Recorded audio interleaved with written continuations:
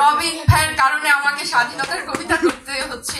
আমি আগেই ক্ষমা প্রার্থী, ক্ষমা করবেন সবাই। যাই হোক, রবিন ভাইয়ের কারণে আমি কবিতাটা আবার করছি। আমি যে কবিতাটা আবৃত্তি করতে যাচ্ছি, কবিতার নাম হলো স্বাধীনতা। কবিতাটি লিখেছেন বেলজিয়াম থেকে আমাদের মাননীয় রাষ্ট্রদূত মাহবুব হাসান সালেহ। স্বাধীনতা তুমি বঙ্গবন্ধু, জাতির পিতার ছবি।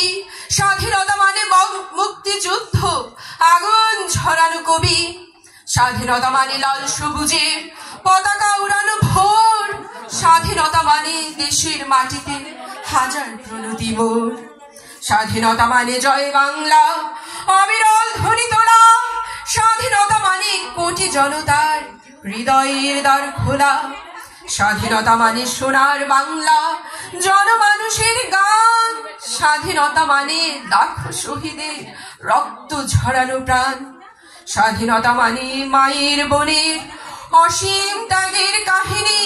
স্বাধীনতা মানে দামাল ছেলের বিজয়ী মুক্তি বাহিনী।